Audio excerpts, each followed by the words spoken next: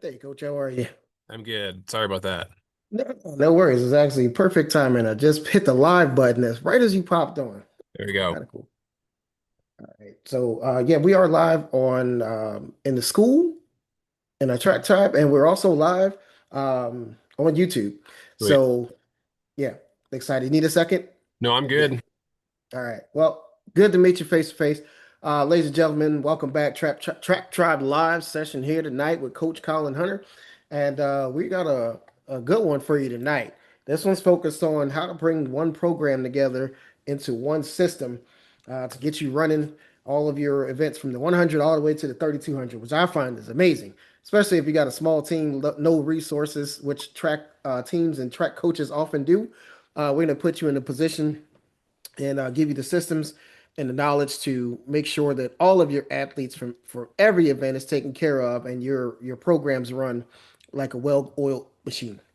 So we're gonna welcome our coach here of the day, Colin Hunter. And coach, how are you today?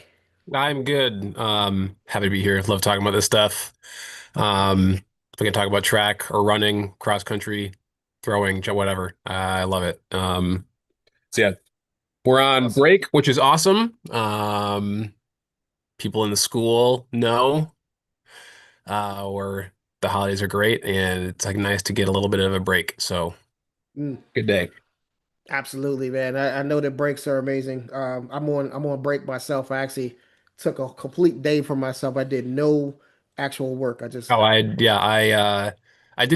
have one call, getting a quote on some equipment for the, I teach engineering and machine shop. So I had to get mm. a quote on some equipment, but that's compared to dealing with the teenagers, sometimes that's not hard. So, you know. I hear that, man. Well, I am going to get us rocking and rolling here because I know we've got a lot of information in front of us, and I want to make sure we get to the juicy parts, which Yeah, is yeah. why we've got people here. They were excited about hearing from you. I am going to take a second here. I'm going to make sure we get our live feed going for on Twitter here or X as they call it, right? Yep. I still call it Twitter. Yeah, I'll always call it Twitter. yeah. I'm not calling it X either. It's Still it's just Twitter in my weird. heart. We're tweeting, tweety, tweet, tweet, tweet. Alrighty. So we're gonna be diving. Let me grab your stuff here. Again, we're grabbing one program, one system. And so as we dive into here, we got a lot of coaches that are been chiming in, learning and trying to grow and trying to figure out what pieces of the puzzle work for them, and what pieces of the puzzle work for other people so they can see, hey, maybe I can add some value here. I know we initially started out with the title here, one program, one system, right? So when we talked about this, right? When you say one program, one system, what does that look like for you in like practice from like a day-to-day aspect? Like, because it sounds grandiose. Like, what does Hmm. that look like from day to day? Yeah, so it's what one thing what it isn't, just to set the table. It's not it's not me, the head coach, running everything. It's Hmm. not runners, running every event from 100 meters up to 2 miles, right? It's still short sprinters, run sprints, long distance runners, run long distance, and assistant coaches plan their stuff. Um, the biggest part of it is communication and planning together. Um, I take care of the overarching thing. Um, but making sure the assistants have the tools they need and that we're all on the same page. Hmm. And so, um, the basics of it is I'm the head coach. I've been at Byron Center High School since 2019. Um, and when I started, there were three of us. We're in Michigan Division One school. And I know all states have, they got their different designations, but D1 is the big one. Okay. So we're at 1,300, 1,400 for enrollment this year. Um, Boys and girls. I've got right now, I think I've got 75 girls signed up and 120 boys, I think. Whew. So it's a big team. Like I said, when I started, there were three of us. Hmm. Me coaching distance and pole vault, sprints, jumps coach, and a throwing coach. Now there are, um, I've got 7 full-time quote unquote coaches covering all the events. I coach distance, and we have a few volunteer assistants as well. So there's about 11, 12 coaches depending on the year. And that's a big key. Now, you mentioned smaller teams that's you're probably not going to see that. You're not going to see 12, baseball caps running around for a team of 20 or 30 kids. Right. But the I think the stuff still applies. Hmm. Um, and I will say that I think the fundamental thing about our team is that I'm sure you've seen teams where maybe the head coach is a distance coach, and it's a distance team. Hmm. Maybe the head coach is a sprint coach and it's a sprint team, right? For us, where we are, it's very hard to win if we are only bought into one event group. And that's kind of what drove this is we've got to be good everywhere. And that Right. means that I have to care about everything. That doesn't mean that I plan the sprint practices, but me and my sprint coach are very close. That means that the coaches above other events celebrate events they don't coach as much as their own. So Hmm. it's really like the broad description is that everybody cares about everybody and we try to be on the same page. Right. No, I'm with you on that. And I think one of the things that I've pushed for myself is to make sure like our sprinters, if they're not jumping, because we do our field events first in Georgia. And so they do about Hmm. 3 hours of field events from 9 to 12, and then all the running starts after that, right? So burn up the whole CNS at the top of the meet. Right. Yeah. So anybody who's not jumping or in a field event that requires the sprinters to go to, or the distance runners to go to, we send them over to the throws, Yep. right? Or the filler. And I know the popular one is, hey, everybody go see the long jump, everybody go see the high jump, right? No, no, no. Go see the discus throwers, go see the shot putters. Make sure you go and see the triple jumpers too, is that's usually off in the cut somewhere, depending on But you guys got to make sure you go see your throwers and we support them. And the same thing with the distance. Everybody's around, we're cheering. So I think that's a really good value to instill in people to make sure you guys are all one team. And you don't really see that a lot. Just like you said, it's a distance coaches. If the distance coach is, the head, then it's a whole distance team, right? Very rarely do you see well-rounded teams like that. So I think that's amazing. And so you did kind of tap into a little bit about your program. So what about your coaching philosophy? How you brought your program together? And I'm kind of taking a step back here, so Yeah, yeah. I'll allow you to And you introduce you yourself. asked about practice a little bit, which we can definitely talk about. But yeah, stepping back is good. Yeah, that'd be good. So if I know people may want to go, hey, who is Coach, right? Who is Coach Hunter? And where is this program? What's this program all about? What's the philosophy behind what it is that you instill in the kids or your core values and the way you run your program, et cetera? What about those things? Yeah, so yeah, I we're in West Michigan. So for if we mention times at all, people from down south, please be gracious because uh to me where I am, an 11:00 boy is fast. Right. Okay. I know that that's gonna people might turn their nose up a little bit in some places, but in Michigan, that's not slow. Um, uh, yeah, so core values, the cool thing is our athletic department is really connected and recently our AD pushed basically developing core values for the entire department. And it really gives something for me to draw on easily. And so we had this whole process and our core values as a department are effort, attitude, excellence, and respect. Mm, And so in Um, that makes it awesome for me because it's all over the wall at school. It's even in like the art, like arts has even taken that for themselves and like put it mhm, in the arts wing. So like kids see these words everywhere, which just makes it very easy to draw on for your beginning of practice meeting, right? oh, hey, here's the word we're going to talk about today. Yeah. And so they hear it over and over and over. And when they hear it over and over and over from everybody, that really helps send the message that it is important. Right. And so I'd say core values wise, it's those four words: effort, attitude, excellence, and respect. And they tie the whole thing together. Um, as far as coaching goes, I really believe that it's always all about the kids. If you ask me about training, I can tell you what we're doing and what I care about, but really I think that training is the easy part. Um, I think that it's not hard to, as long as you have the kids' best interests at heart and as long as you keep them healthy, like high school kids will respond to a lot of different stimuluses, right?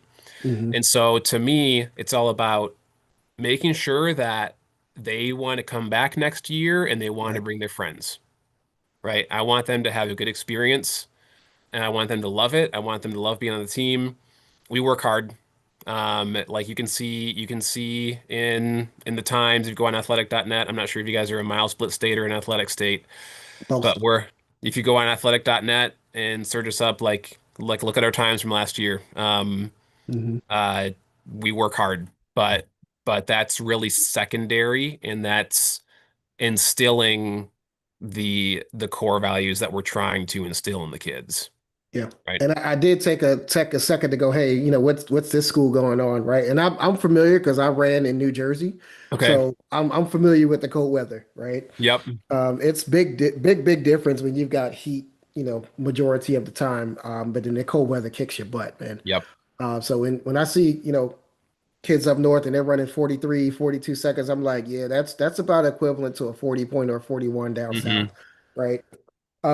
So it's exciting to hear what you guys are doing, but also I went and looked and I'm like, yo, these guys are running, they're jumping, they're making some moves here, and it looks like a well-rounded program. Yep. So that kind of drives me into the question because I know people they may not have 7 to 11 coaches, right? Right. Um, Exactly. And I didn't. And that's when the staff became what it is. yeah, Like I said, for a smaller school, you can make it work with less people. But for for us, big team, big division, that is a difference maker. yeah. So, But we do have big teams out there, right? So let's kind of flow into that, right? Because if even if you don't have a large team, I think we can take components of what we're about to talk about oh here and yeah. break this down into what's going to be useful. And the one thing I always tell coaches, you don't try to snatch anybody else's complete program because it's probably not going to work for you. Oh, They develop exactly. systems, Yep. right? I'm sure you've heard of Feed the Cats, right? Right. We are probably a 75% feed the cat sprint program, but we Mm, still like some tempo workouts and we still like some speed endurance workouts, and we have more of a workhorse school than Tony Holler has, right? So we mm, can't take exactly what he does and right. paste it. We got to figure out what's good and use that and adapt it to our, environment. So, Exactly, right. So coaches out there, just a word of wisdom here from some experienced coaches. Again, do not do copy and paste. You have to find what works for you, where you are, and with the kids that you have. It's almost like coaching football. You can't walk into a wing tee, say, "Hey, this is what we're going to mhm. run," and you don't have wing tee kids, right? You got to figure out what works for you. So as you're planning and you're walking through the season, you're over the distance, you've got a sprint coach, you've got a group of people, and you're trying to get in sync. How do you keep everybody connected instead of siloed between Yep. from the 100 to the 3200? And how we do it is there's two components. There's the planning portion and the practice portion. Um, Planning wise, I sent this out a few weeks ago, but I've got a big spreadsheet. It's called the Mega Sheet, and it has on the first tab, it's a calendar view. And if you want to see this, anybody wants to see this, let me contact me. We'll probably get my contact info out there at the end of this, but you want to see it, I'll send it to you, not hiding anything. Um, and you can adapt, somebody might think through this differently or how it looks, it's different person to person. But all right, we got a tab that's just the entire season as a calendar. So week one, week two, week three, Monday through Sunday. Um, and it has a row in each week for every group. So we got short sprints, long sprints, Hmm. distance, throws, hurdles, jumps, pole vault, right? Um, and I send that out a few weeks ago. After I copied and pasted, did a save as from last year, so I keep every year so we can look back. We're not erasing anything. We can look back on previous years and see what we did. Um, and before I send it out, um, and when I go through and like put the meets in there, practice start date, um, and so you'll see every week, yeah, Monday through Sunday. The first few weeks, obviously, there's no meets, but then you're going to see where meets are. And I say, okay, everybody, here's the blank version for 2026. Um, before, you know, before March 10, we need just your general, you know, periodized plan. So I don't need details yet. We just want, okay, day one, we're doing sprints are doing max speed, long sprints are doing max speed, distance, doing whatever, you know. Hmm. Tuesday, um, Tuesday I'm not sure what we're doing on Tuesday, but Wednesday, speed endurance day, distance is doing an easy run, right? And so we can see what everybody's doing. Um, just general terms. So we're not going to get any on the first sheet, full calendar. We're not going to get any more detailed than okay, distance VO2 max on Monday. Tuesday is easy. Tempo on Wednesday. You know, short sprints is max speed, accelerations, speed endurance, stuff like that. Hmm. Um, and then me and my sprint coach actually met together last week on Friday. And then so we actually got a little more detailed, but then because I've got distance and this year our long sprints coach retired. Um, and that's so I'm actually taking on the long sprints group as well. Um, so we go 1, 2, and then some of those kids also run the 4, and then we go 4, 8, and then 8, 32, right? Which a lot of that's not novel. A lot of people do that. Um, so then me and my sprint coach sat down and we said, okay, Monday, we just went week by week. Monday, what are you doing on the first Monday? Tuesday, Wednesday, Thursday, and just kind of matched up to see if we can make sure that okay, I've got a distance workout Monday, and then I'm gonna be with a sprint group so that there's not, all the 400 runners and all the ones and twos of the sprint coach, right? Running a huge workout like that with just one person is overwhelming. So yeah, we kind of matched up our weeks together last week. And then we get a little more detailed as we go on. And then probably the first week of March we start officially on March 10 this year, I think. But the first week of March, we're okay. Um, so we've got the first tab of the spreadsheet is the whole season, and then each week gets its own tab, right? Hmm. So then, okay, let's go weeks 1 through 3. Give me your details, right? So get a head start and plan out with detail. Same thing. Everybody can see every event group. Um, Go into the spreadsheet and start adding your workouts for the first 3 weeks. And then we just try to stay a week ahead. Um, every Sunday, I just go into we can all see that sheet all the time, right? Right. But every Sunday, I go in and I just copy from the weekly sheet, paste it into an email, say, okay, reminder, here's what we're doing this week. That way, me and sprint coach and hurdle coach can all get an idea of how we've got to divide the track up, Right. on a big day. Because there might be a day where, yeah, all the sprinters and all the distance runners and the hurdlers are all running all day. Like, you know what? I'm gonna let my event coaches plan their practices so that their event is successful. We're not going to Hmm. fight over the track. We are going Right. to collaborate. Okay, we're on the track on the same day. We're going to make it work. Um, I also send that sheet to middle school coaches. because we share time and space with them too. And that way Mm, they can plan, okay, they can fit their track workouts in between our big ones. wow. Yeah. That sounds great. First of all, that you have that type of relationship with the middle schoolers, right? That also gives an advantage. I think if you get that feeder school, you can actually work them into your system and then build a base, especially with distance, man, because Hmm. the distance just takes mileage over time It to get into does. that You can real, you can be a successful sprinter as a sophomore, maybe even a freshman.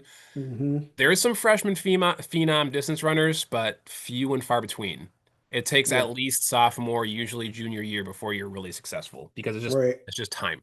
So, Yeah, it is, man. I tell you, we got a pretty good kid down here. Not me. He's at a school called Carrollton High School. His name is Dash. He's a phenomenal guy, man. He just came back from injury. And this is kind of side note. He just came back from some stress fractures running one of the 8K races. Kid came back and ran a 5K and dropped like a 1540. yeah, It's like, dude, what the?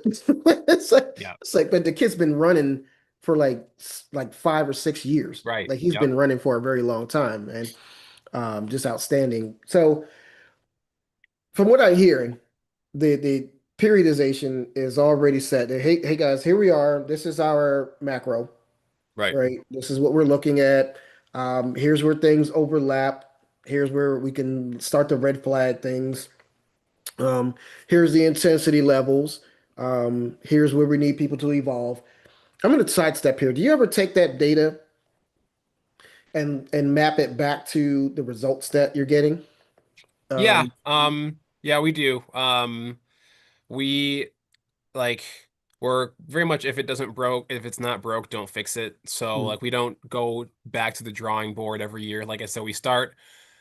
I give when I email out, okay, here's the 2026 sheet. Also, here's the 2025 sheet, so you can, if you want to just pull what you did last year and start throwing it in, cool. Um, I think with this, um, like I said, I really believe that with high schoolers, a lot of stuff works. mhm, Um, Keeping them healthy and like with distance runners, getting them willing to run, the, getting a boy to want to run 50, 55 miles a week is probably the most work, right? yeah. And then keeping them healthy enough over time to be able to get to that point. Um, that's the tough part. Um, for instance, we're not like I said, I'm taking on the long sprints group this year because my coach retired, and we're not going to change. I'm not going to really rewrite what they did because they were very successful. We had a boy won the state championship in the 400, um, and our 4x4 came in second, and we ran 3:15. And how that team came together is actually really special. So we can talk about that in a little bit because it's a good example of how all this stuff works. But um, there were like so what we were doing works. However, like there's some comments that we've heard from kids like, yeah, we didn't really do a lot. We didn't, we did every other day we did like, hurdle hops and in hips and mobility and Yeah. bands and stuff. And it's like um sometimes with high schoolers you kind of got to trick them, right? Like because we don't need to go run 200 repeats every day, even if Mm, that's what even if a kid thinks he needs to. yeah. Like the addiction to more. We don't, but at the same time, like, I want the kids to enjoy practice. Right. So yeah, I am gonna look at what the group did worked, but I am gonna look at, okay, how can I give them something a little, it hits the stimulus that one of those X Factor or recovery days hits, but trick them into it, and it's gonna seem like they're doing something different. So give them a little more variation in exercises, Hmm. but we're probably gonna be doing kind of the same thing, right? Yeah. Um, yeah, so that was just okay, hearing kids talk in the hallway and then thinking about what they were okay. Why are they saying it was repetitive? Okay, as I looked back through what what we did last year with that group, yeah, they did every other day was kind of the same. Hmm. It was hard workout, recovery day, meet day, recovery day, and the recovery days were all pretty similar. Um, as far as workouts go, like we don't we don't do anything really crazy, you know? We do a max speed day. For sprinters, we'll do a max speed day, a recovery day. We'll do a speed endurance day, right? Um, we're not reinventing the wheel. Right. Uh, distance runners, if we need to get any better anywhere, it's really in the distance group. But again, like hit VO2 max and tempo early in the season, get to, mile, 2 mile pace workouts as the season progresses, right? Um, I think if I ever think about adjusting stuff there, it's like I heard a comment from one of my seniors a few years ago, and she's like, this season wasn't hard enough. And I'm like, you are the last person I would have ever expected to say that. And if you knew the girl, you'd understand. Like Hmm. freshman, sophomore, just, hated the work. Loved running, but just, complainer supreme. And then turned into like one of the studs. Hmm. And I was like, okay, well, if she's saying that it wasn't quite hard enough this year, then I've gotta look back at Look what at we it. were doing, you know? So a lot of it is just listen to what the kids are saying. Yeah. Yeah. But you know what though? I think that one of the greatest pieces of the puzzle that you're pointing out here, which um, maybe others aren't hearing it, is that the simplicity is what drives to success. It is. And then on top of that, sometimes the success, it looks really freaking boring, Mm-hmm. right?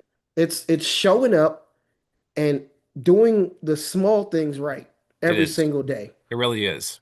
And that's all it is. And people get in these and what drives me nuts are these fancy, smancy, um, newfangled workouts that people come up with.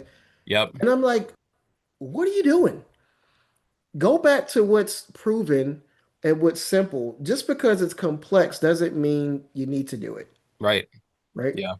It drives me Like nuts. I distance, like, I think so there was a one of the local coaches asked on Facebook, like, what system do you use for your distance runners? I was like, I don't use a system. Like I've read everything. Like there's some flavor of the week stuff, obviously, but like I went and I've gone to USATF level two. Yeah. Different coaches have varying opinions on the alphabet crew training, right?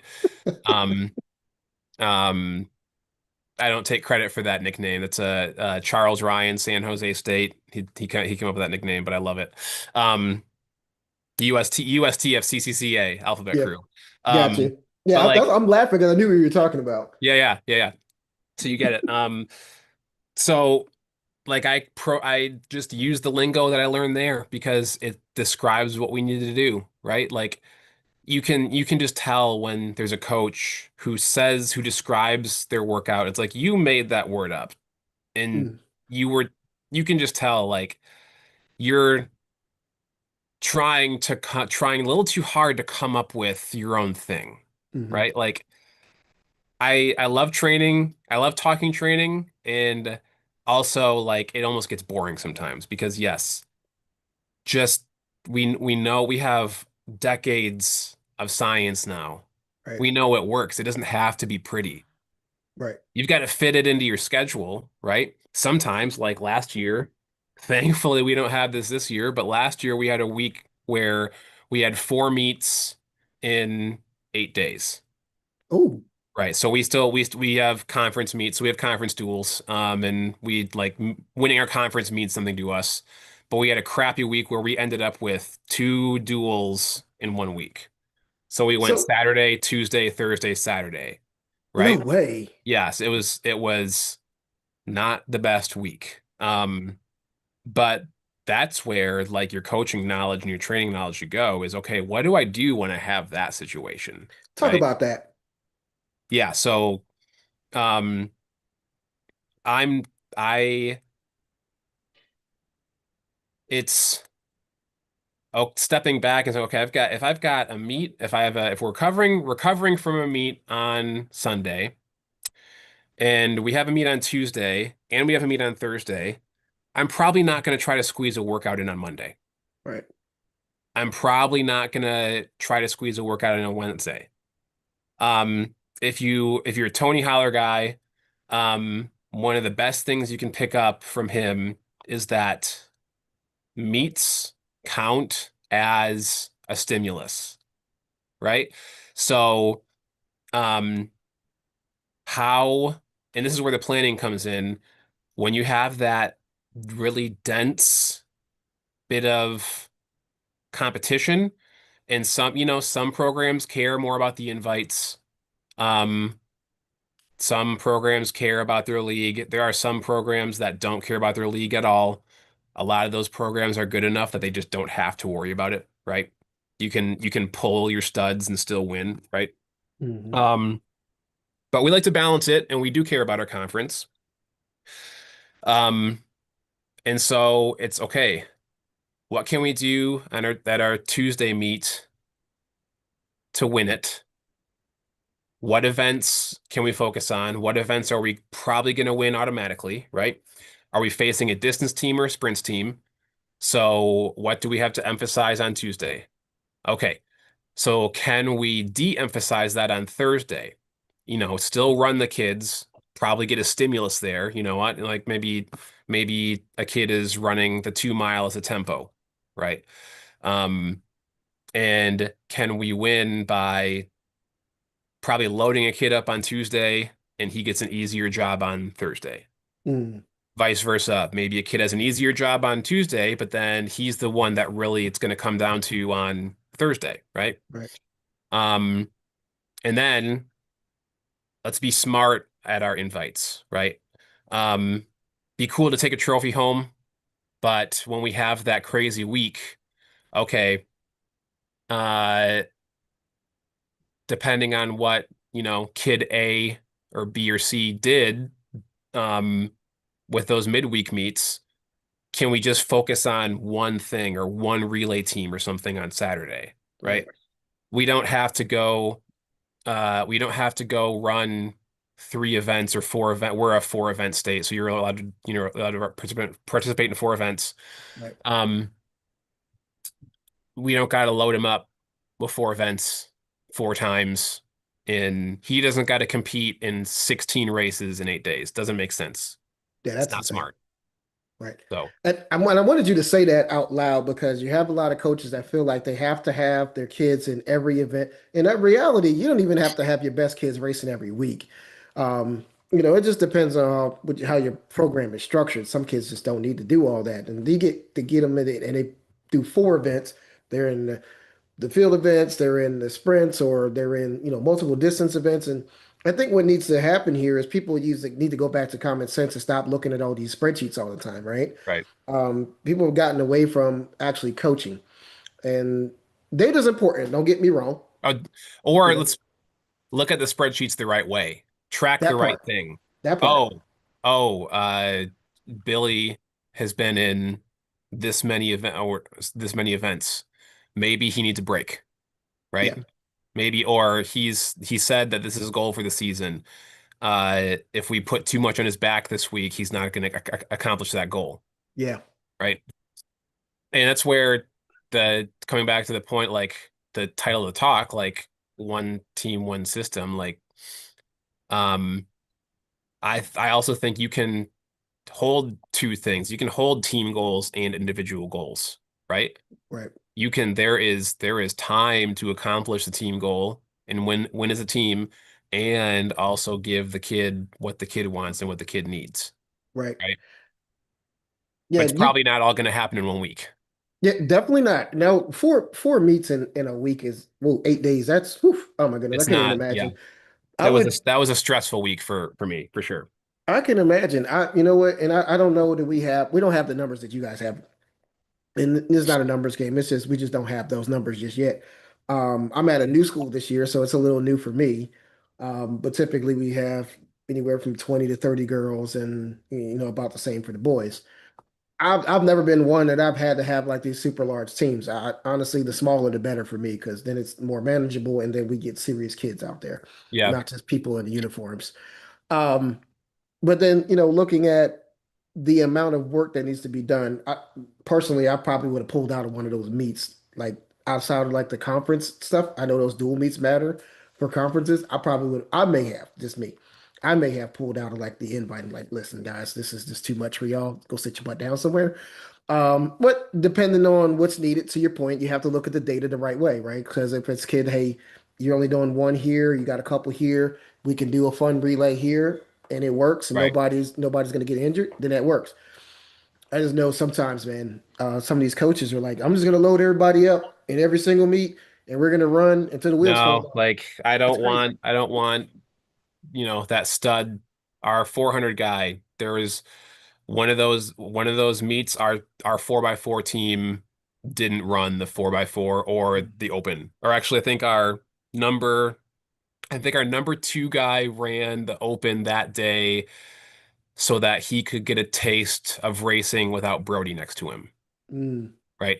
Because he's always Xavier was kind of always um he was not really in Brody's shadow, but like it was nice for him to be able to experience run it like it being on his shoulders for once, hmm. right? Um, I think Brody was in like the 4x1 or something that day rather than the 400 and the 4x4, right? Yeah. So, um, yeah, it's all about it. We're not going to go. Uh, Connor isn't going to be in the 1, 2, 4x1, 4x2 every single meet. That's stupid. Hmm. Like would it be good for us? Yeah, probably, but it's better for us if he's enjoying his time Right. because then he's going to give all of himself, right? So it's better to vary it. It's better to give him some variation, better to experience more. Maybe he doesn't realize if we never put him in the 400, he's never going to realize how good could be, right? If we don't take this, you know, 2 miler and put him in the 800, might not realize they might be good, right? Yeah. So, And you give your kids opportunities in those instances too, right? So I think mhm. that's cool. So kind of shifting gears here a little bit, right? Yeah, Again, I'm still trying to wrap my mind around 4 meets in 8 days. That's so it that's just was. wow. Yeah, so the closing thing on that is, I believe. I believe the last meets of that cycle were we split squad that day, and our stud relay teams, so our 4x1 and our 4x4, which was a combination of like 7 guys, I think, they Mhm. went to a meet in downtown Grand Rapids, and then there's the girl A relays also went there, and just focused on those. And then that opened up the opportunity for some JV kids to be able to go to an invite. So get Mhm. some of the younger kids some experience at a smaller invite, less pressure. Yeah. Um, and again, when I have 11 coaches, we can do that, right? Right. And so yeah, my 2 sprint coaches took the sprint relays to the big meet, and then me and the rest of the coaching staff took a normal size invite squad with some new faces to a different, smaller, less pressure filled invite. Got some kids a taste of what they could do if they really apply themselves. So, All right. There you yeah, go. And that's just coaching common sense, right? But the CCS, as I call it, yes, coaching common sense. So now you're in Michigan. Obviously, let's talk about one of those major things that you guys have to face that maybe some other teams around the country don't have to face, and that's weather, yep. right? How do you guys adapt to that? I know you have your plans in place, but how do you adapt to those? Hey, it's Mother Nature showing up, knocking at the door. How do we make adjustments? What do we do? How do you work with those coaches to adapt in those conditions? It's communication and it's being a it's it all comes down to being on the same page. Mhm. Um, if it's so I will say that we're probably outside. We want to be outside if possible. So the toughest part is our track is a mile away from the high school. So we've Oh. got the high school complex, and then the stadium is a mile down the road. Um, and so that's the toughest part. Um, so if we that makes it just the travel part, especially with so many like with freshmen and sophomores. Yeah. If we can be outside, we want to be outside.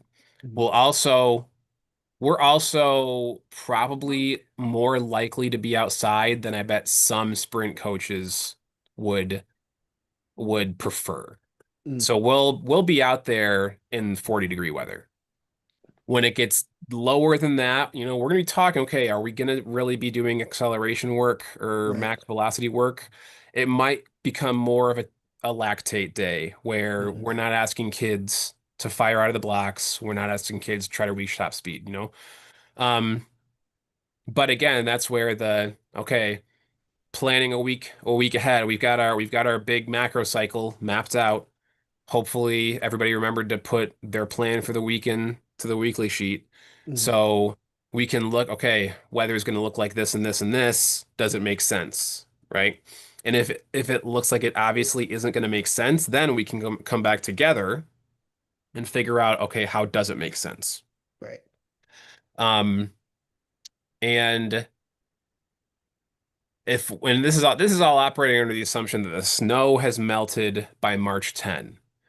I think that I am probably the most stressed out of the year, Mm. the last 2 weeks of February and the first week of March, right? Mhm. If I see snow on the forecast, then I'm probably not going to be the most fun person to talk to because I want my track clear the second Monday in March so we can get outside get outside. Um, because even if it's cold, like if the sun is out, then we're probably gonna have a good time, right? Right. If it's not, and if we have to be inside, then we're gonna, okay, how can we adapt to the hallways, right? Um, we don't have a field house, we don't have an indoor track, we have hallways. Um, and it's not ideal. Running on tile isn't the best thing, but you know what? We are blessed in that our school has multiple nice long straightaways, Mhm. and we can do some 30-meter flies. We can do um, we can do some sort of lactate work if we need to. I can tell, okay, distance runners, you guys can run outside, it's fine, right? I'm gonna stay inside and help crowd control at that point, right? And that's a big part of it is when we all get inside, then I want to figure out how to get the distance runners working together so that I can help just, wrangle the other 100 kids in a cramped hallway. Right. Um, and jumping workouts are not ideal inside, so a lot of times they're probably going to jump in and get some max speed work in. Um, And we've been blessed. Like I think we haven't had a season where I think 2 seasons ago we weren't inside at all. Last year we were inside once because of a thunderstorm. Um, but as far as like cold weather goes, the last few years has been pretty decent. Um, we communicate during the day, so if we're okay, something's popping up, I want to just make that call by like 1 p.m. so I can tell parents and so that coaches so that we can get our text chain going and adapt what we're doing. Gotcha. Right. So the communication, I'm guessing is maybe just text message or group me or remind or maybe emails. How do you guys immediately get in contact with each other? Yeah, so I've got a yearly 2026 um coaches group chat, just text Gotcha. message. Try to keep it simple. Um Unfortunately my throwing coach has Android, so you know how that gets annoying. We got the green text. I like to give him crap for it. Shade. Yep. Right. So, but as far as like email communications, our school has Final Forms, which is the mass email that I use for that's our roster software. So I can blast an email out to the team really simply. Um, Gotcha. So I can, yeah, I can email both boys and girls teams in about 5 minutes if I have to, depending on how long the message is. Um, yeah, coaches, I keep it simple. We just a group text. Yeah, keep it simple. And Yep. I throw it out there because again, coaches sometimes get into this sport and they go, "Well, we got to be have all the fancy tools and equipment." It's not necessary, right? No, Keep things simple. I keep driving that home. The more simple your program is, the more effective and efficient people can be. right. Complexity adds slowness. Yep. The So the replace complexity with expectations, right? there you go. I want everybody to know, I want them to have a good expectation of what they're going to get from me. I want them to have an expectation of what I expect from them. I want parents to have expectations about what they're going to get. I want athletes to have expectations about what they're going to get, right? Yeah, Like with if everybody knows what they're in for, then we can do a lot of stuff with the simplest tools possible. there it is. And you know what? That's really one simple word: clarity. Right? Here it is. Mhm. This is what it is, right? And Yep. then you roll with that. And if you don't understand it, then you ask questions. So, I would say I have never had a parent complain about getting too many emails, mm, right? You might have parents complain about not getting enough information, mhm, but you're never going to have, so they can delete an email if they don't want to read it, right? right, I've never had a coach complain about having too much information for me. I don't want people to be surprised. right. I want them to know what's going on. Um, yeah, over communicate. People would Absolutely. rather be over communicated with than be under communicated with and confused. Absolutely 100%. I'd rather get over communicate than under communicate because you get assumptions when you under Yep. communicate. And that kind of leads me. That's one of the things I think that a lot of coaches make a mistake around. So what other mistakes do you think, as we kind of wind down here, um, that you see other programs possibly making as they attempt to cater to athletes from 100 to 3,200, right, under one particular roof, so to speak? Um, we've already talked about, you know, too many events or too, you know, not varying it enough. Um, um, I I don't like when I hear programs have now obviously, sometimes coaching situations are what they are, but like if your runners aren't practicing at the same time, that's weird to me. Mm, Um, I feel like the team should be together, right? yeah, For instance, our practice all starts together. We all have one team huddle for, 5 to 10 minutes. Um, uh, we celebrate PRs, we hand out chains for the week, right? Stuff like that. Then we get to our team warm up and everybody warms up together, including right, throwers. Now we're not throwers will break off about halfway through. Distance runners might break off if sprints doing when sprint crews are doing that really long warm up because they got a big day coming up, right, distance runners might peel off at some point. But right, um yeah, I think that if you're trying to have success together, then your team needs to be together as much as right, possible. Um uh when when kids are not celebrating each other, um, obviously I if I can't force a kid to go watch the throws, mhm, right? But at our home meets, like, yeah, we set all our stuff at the logo in the middle of the field, have our team camp there, and I am constantly walking by, say, hey, get up. You're not running, you're not warming up, go cheer for your friends. right, You know, go cheer for your friends right now. We don't need to be huddled in under the tent all day long. right. If you're not warming up for an event, you're not preparing yourself for an event, then go cheer for somebody. Um, let's see what else. Not taking account like kids. Um, I don't feel the need to force throwers or jumpers to run. for one thing. That's more of a Mm. middle school thing, but I know that there's still programs out there that feel like they have to make kids running events for some reason. Um, let's see. There was another thing that just occurred to me. What was it?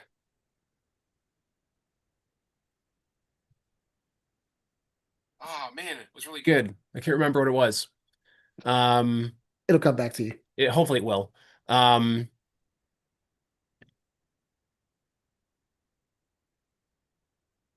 yeah, hopefully it comes back to me. All right. It's all good.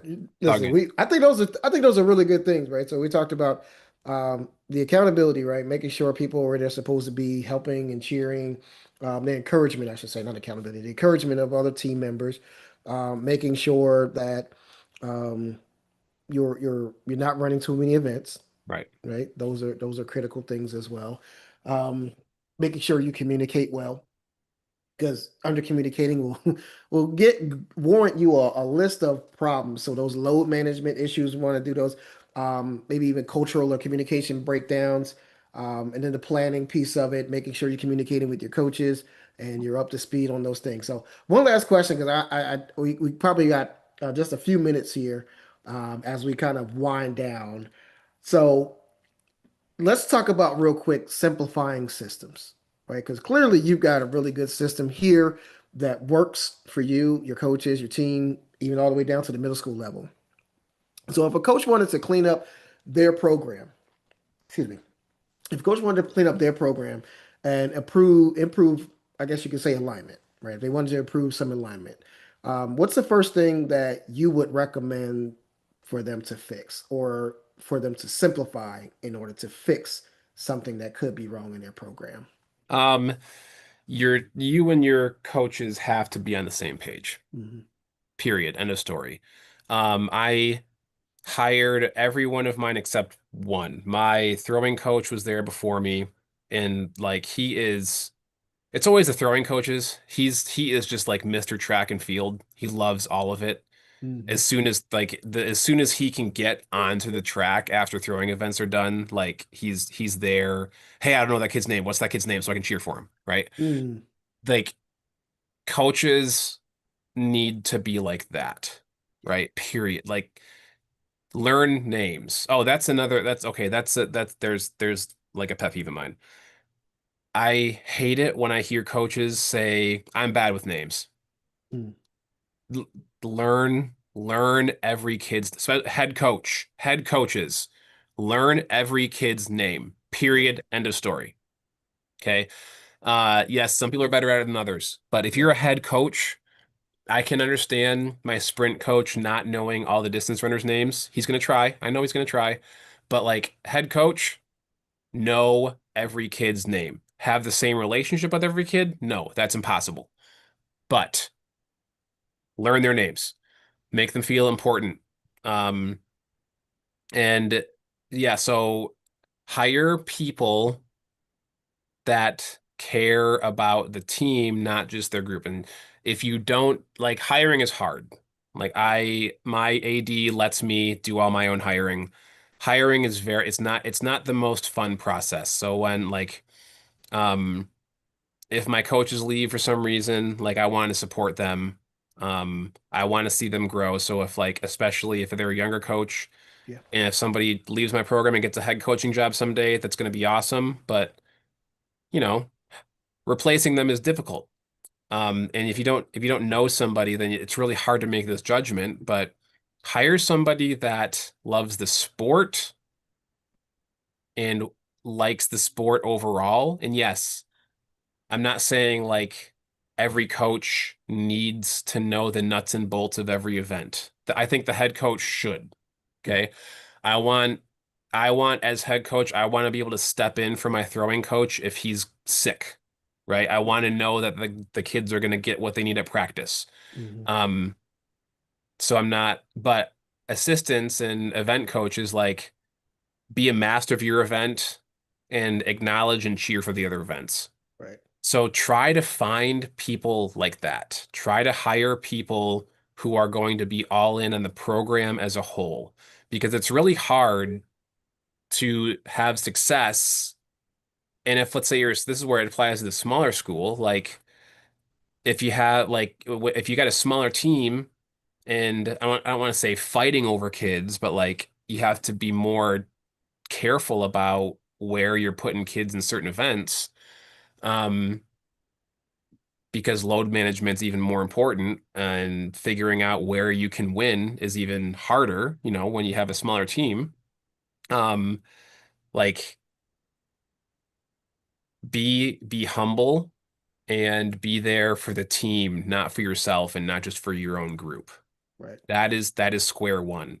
So as head coach, you have to care about everybody, learn everybody's name. Um, trust your assistant. If you hire somebody because they know how to coach an event, trust them to coach that event, Hmm. right? I'm not going to write my sprint coach's workouts. I'm not going to tell him who to put on the 4x1 unless I have a very strong team-based reason, right? Mm. Um, trust them to do their job, know what they're doing, but don't micromanage, right? Like I want my sprint coach to know that I care about what he's doing, but I'm not going to micromanage him. Yeah. Um, cheer for the kids, all the kids, the JV. Like you said, you like having a smaller team, and that works for you. For me, I'm at a big school where like my team is like 10% of the student body, which is when you think of it that way, that's really cool. Yeah. Um, and yeah, we have kids that aren't, we got some boy who's never going to run faster than 12.5, Hmm. right?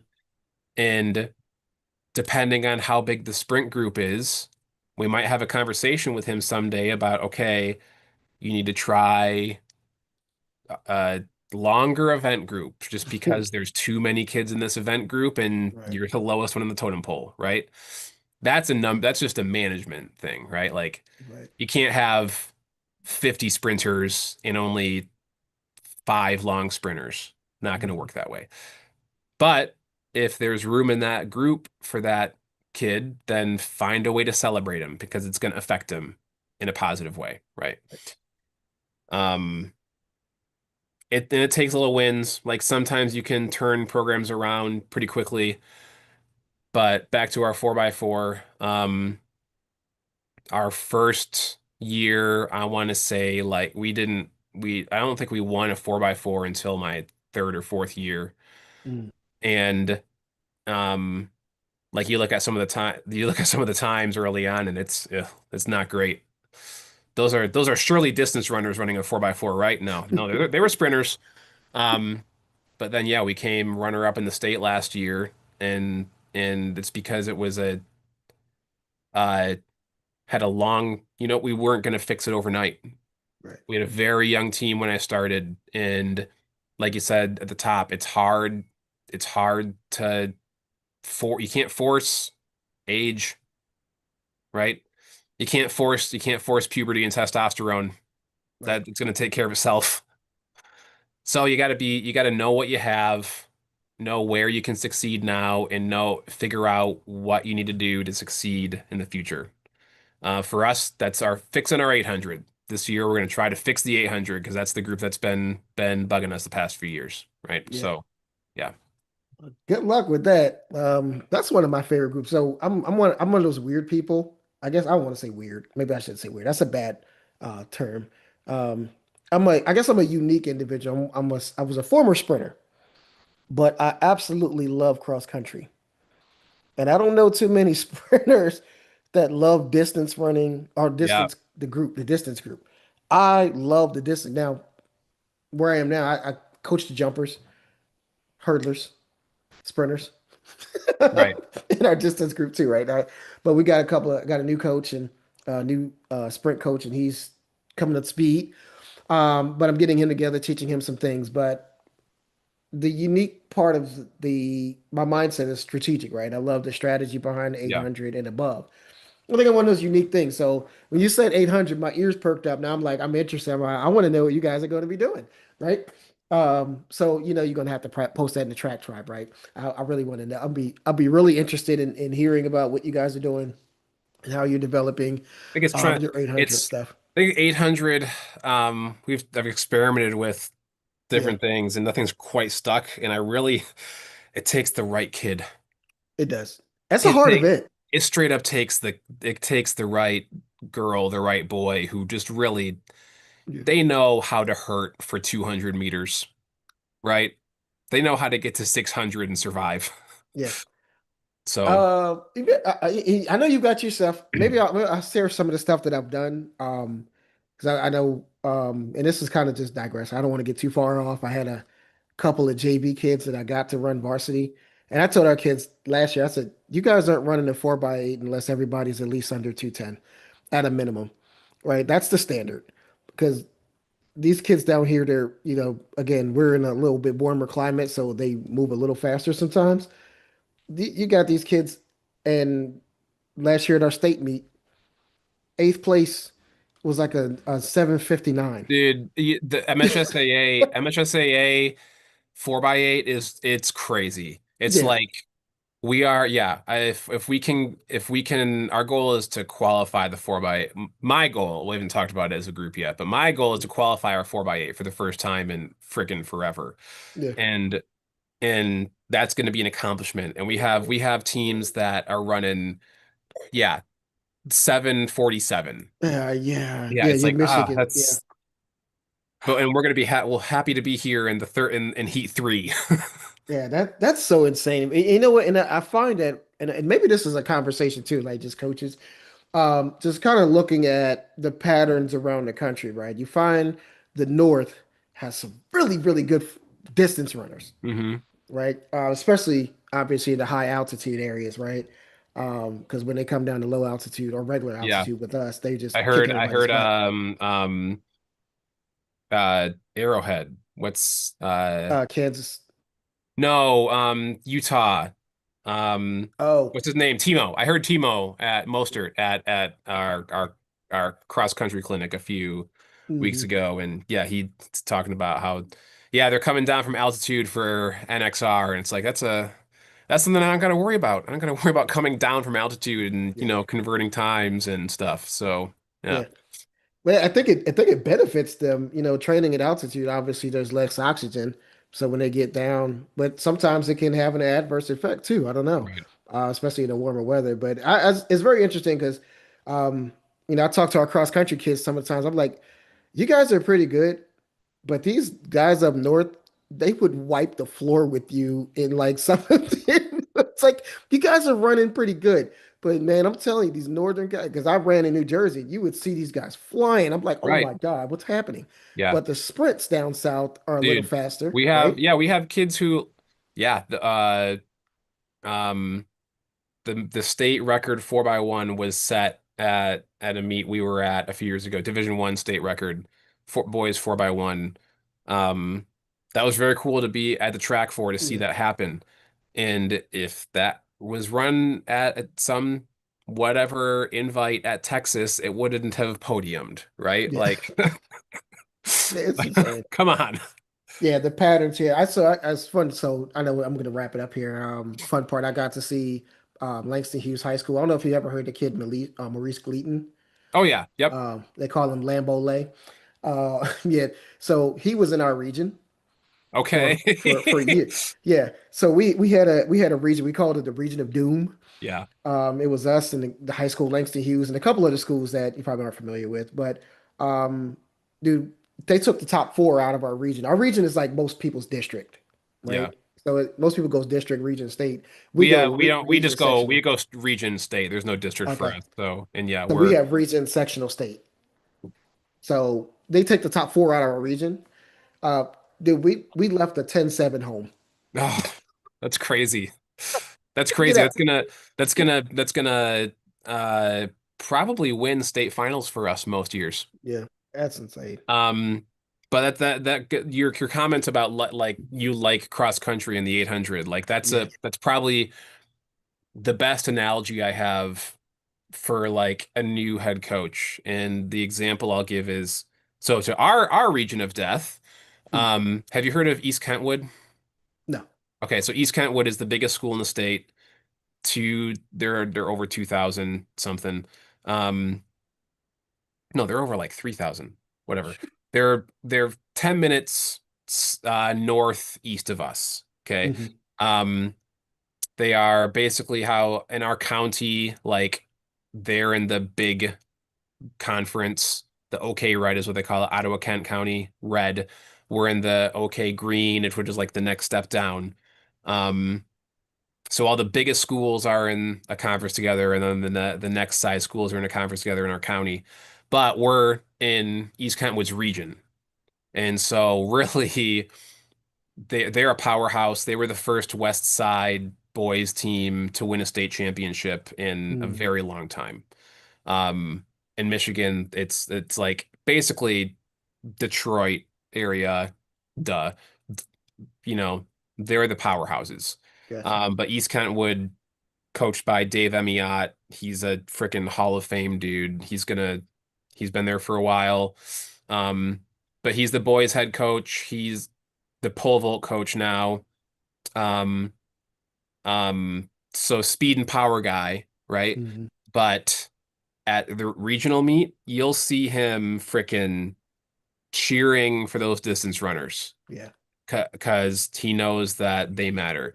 I saw him at our cross country regional meet a few months ago, uh, cheering for cross country runners. Yeah. He's not the cross country coach, right?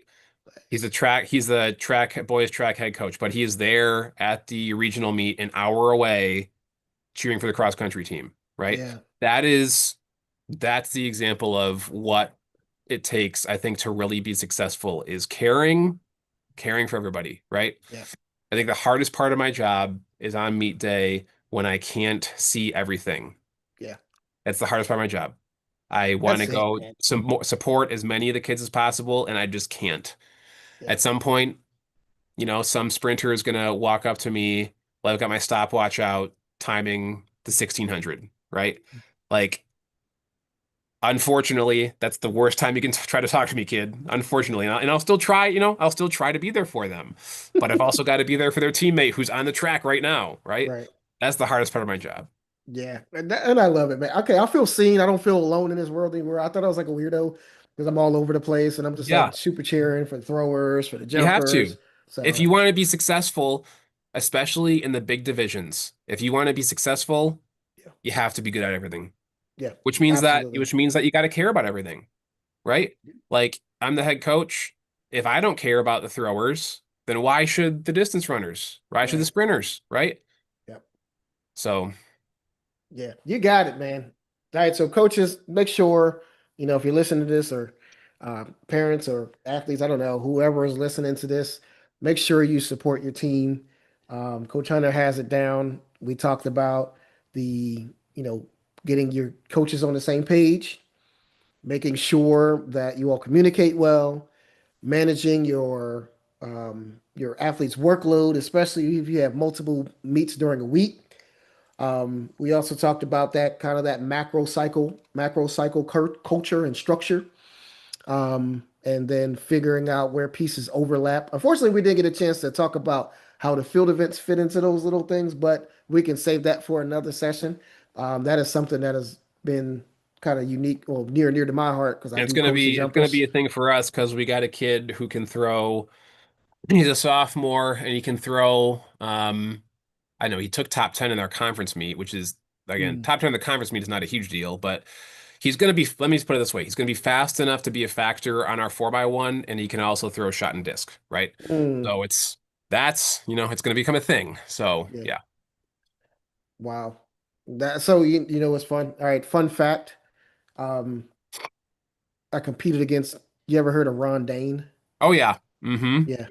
So he was not only this outstanding thrower, right? There was But a video of him last week that I saw.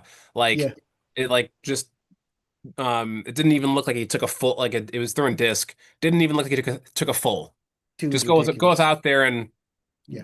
half turn and yeah. So When I tell you, most people do not understand how good that kid really was. I got to see it firsthand. But what most people don't know is he also ran, and I believe he won the 55-meter dash at our state indoor meet. What? He was a freak of an athlete, man. yeah. So yeah, he was That dude was raw, man. Um, anyway, you never know. Yep. So lots and lots to talk about, man. I'm excited. I'm really looking forward to this next coach's corner where we're going to all get together and we'll dive a little bit into high jump. I'll probably lead that session because that's kind of one of my fortes. There you go. Uh, the jump specialists, a lot of coaches. We got some pretty good jumps coaches in the tribe as well. That's So good because that's one hiring jumps coaches is the hardest thing to yeah, hire. Jumps absolutely. jumps One of coaches them. and hurdle coaches, not enough of them. If you want to become a successful coach, go learn to coach jumps and hurdles, please. You do. Do it. It's tough to You'll find. be eternally employable. It jumps, hurdles, and throws coaches are the Yes. hardest to find, in Yes. my opinion. You want to, yes. I mean, we need good coaches. So if you're distance coach, sprints coach, be as good as you can. But if you want to learn something new and you want to be eternally employable, go learn hurdles, jumps, throws. That I don't coach the throws. I'm gonna get Auntie to teach me how to coach those throws. Auntie throw something. Yeah. Yeah. Yeah, and but other than that, yeah, I coach hurdles now this year again, Yeah. and I'm coaching all three jumps.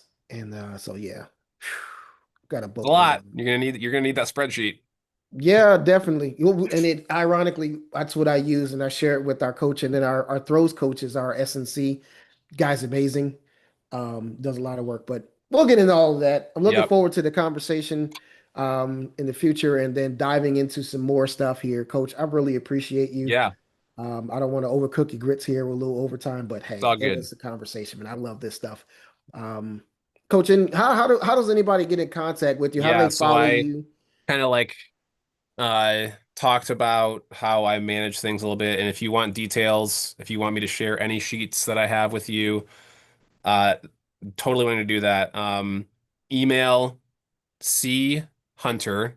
So Chunter. It's my first initial and my last name. C Hunter at bcpsk12.net. C Hunter at bcpsk12.net. Always got to make sure that I get all the letters out. At on Twitter, again, never gonna call it X, it's Twitter. At HunterCo, HUNTERCO. Instagram, the same thing. I was gonna check. Oh, Instagram, Colin Hunter 88. So All I'm right. willing to share anything, anytime. All right, and if you have not, if you missed all of that, you can track them down in the Track Tribe too. Yep, I'll post. Yeah, I think if I haven't, I'll post my stuff. So yeah, Yeah, I'm excited, man. So again, we did start a resource library. So coach, if you want me to put that in there, just let me know. I'll take a copy of it and make sure you just put all your stuff in there. That way they know that's yeah, attributed to you as a resource. yeah. And then we'll just put it in there. Hey, by Coach Colin Hunter, here's my XYZ sheet. So I'll make No, sure that's sweet. everybody That's a gets good idea. credit I for that love stuff. that. I love that. So Sweet. yeah, that'd be great, man. Coach, man, this has been a blessing, man. I love talking about this stuff, and maybe we could dive a little bit deeper. I'm looking forward to the future sports science conversations because I just know you're going to come bring it with that information as well. Yeah, Teach coaches about max V, teach coaches about accelerations, teach coaches about the technical things that they need to know, and just educate the next generation at the same time. So I'm excited about that. Yeah. Any hey, final words, Coach? no, thanks for having me. This is awesome. I love talking about it. Thank you for what you're doing. I think we need more of this. Every coaching education, giving back is important. The best coaches that you know this, I'm sure. The best coaches out there are the ones that hold it out for you to have, right? Absolutely. The best coaches aren't hiding anything because they know that everybody who's worth anything is probably doing the same thing, Yeah. right? So yeah, I love what you're doing here. Let's teach people how to be successful. Love it. Yeah, absolutely. And we don't gatekeep around here, y'all. So Nope. we'll see y'all on the next session here. I don't know that so the coaches corner is going to be a Track Tribe exclusive. We won't go live on YouTube on that one. So you'll have to be in the group for that because that's going to be a private Zoom link and all the coaches will be getting together discussing high jump. I'm gonna do some teaching. We're gonna bring some other coaches in that we're going to share some of their workouts, maybe even share some of their videos. We're going to dissect. We're going to talk about the sports science behind it and actual what it is that you need to do to set up your jumps program if you're new to it, or if you want to enhance it, and just kind of just a little bit about my background if you're interested in that. We've got a 7 foot, I've had a 7 foot jumper, I got a 25 foot long jumper, Look at that. a That's awesome. 49 foot triple jumper. He's at Florida right now. I've also had a girl, she went 5'7", state champion, region champ, all that stuff. And last year again, just produced a 23.5 guy and a brand new jumper to the program. Never jumped. He was a baseball player. He started out at 18 feet. By the end of the season, he jumped 22, qualified for the That's state awesome. Okay, championship. that's So it's you know that uh good athletes make average coaches look great, yeah, right? But when you can take that and year after year after year, new kid, new kid, new kid, that's especially the technical events, yes. that's it. That's it right there. Hey, we So got it down to a science, man, and there I'm you I'm go. I'm grateful that I've had some mentors that have shown me the way, and I just want to share everything that I can with you to help everybody else bring their kids up. Because again, the better the competition, the better we all get. There we go. Right? Rising tide raises all ships. So, Yep. guys, thank y'all for tuning into the Track Time live session for one system, one program. I think it was one program, one system. Excuse me. And this is meet us in the school app under the Track Tribe. You can't find us. Find us on the school app. Again, the Track Tribe, and you can find Coach Colin Hunter, and you can find myself, Coach Jones, and most people call me Track Coach Jones. And we look forward to having those conversations. Again, join us next time. We will see you around. We Hey, appreciate you. Thank you all for joining. thank you. See you later. All right, Coach. Thank you.